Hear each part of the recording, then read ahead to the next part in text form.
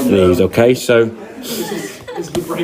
the main thing we discussed at setup was your grip.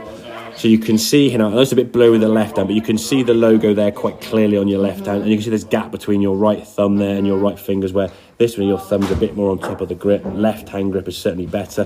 These little V's and creases that your thumbs are making are going up to your right shoulder. So that's kind of what we'd call as a neutral grip, okay? From there now, you're able to get the club face back to the ball straight, hit the ball straight to target. The swing thought, and again, we'll show you these two backs, is this one here on the right, you got the ball under your heel, okay? You watch the left-hand one now, you can see that sort of right ankle now starting to roll. Knees come together a lot. In this position now, you don't look very stable. As polite as I can be, all right? There's a little bit of instability there. You're trying to move now from here to there would be difficult. You look at the difference on this right-hand one now. If we go to where we would probably want to go, there, look at the difference in that backswing, yeah? There's daylight between your knees, the foot now is nice and flat, you look supported, you still turn 90 degrees. Now, there's a little bit more swing, which I think is a little bit of a collapse with your wrist, which you'll see here now, but that backswing position just to there would be perfect.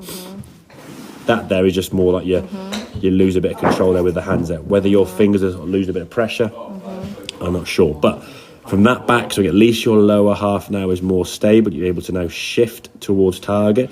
So add impact here.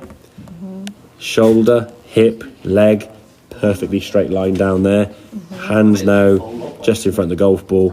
Trail leg towards shoulder. Basically spot on. Hence the reason why this one then fizzed off the golf club into a balanced position there. Really, really good swing. And again, it looks nice and smooth and rhythmical. There's a nice pace to it. Whereas this one here, again, the strike wasn't too bad, but you were doing it from a very kind of unstable here, knees all close together. It's just difficult to move that way. You get away with it with a shorter club because you're swinging the club well. As you go to the driver, you're going to really struggle, yeah.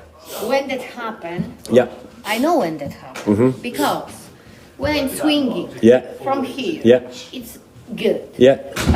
But wait, I wanted to show you my how far it can exactly, yeah. So I'm turning. And that's the thing, yeah. Too much. 100%. And I need to wait for it. Probably. The way, well, I think there is a point. The way to look at it is like kids when they kick a football. When they first start kicking the ball, they'll stand there, they'll kick it, and it goes that far, and they'll see a kid have a run up and kick it a bit further, and then you get the kid who runs 30 yards that way to try and get more power. But there's a distance or a part of your swing. Once you go that there, you're not going to gain any more power by doing this with a golf club. You've created your max power to about here, and you don't really want to go any more anyway. Yeah. Once you go beyond a certain point, you actually lose power because you're losing control. The quality of the strike is going to be affected.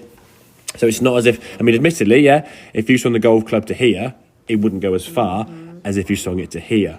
But once you get to that kind of 100% threshold, 110% maybe, and you start going further and further and further, you're not gaining.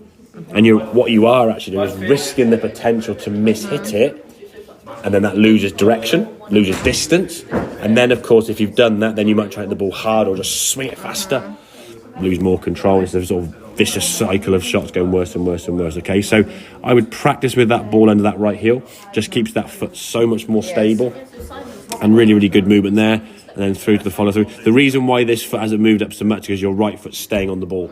Once that ball's there, you'd have rolled your foot up more and more. Okay? Make sense for that one, yeah? Very good.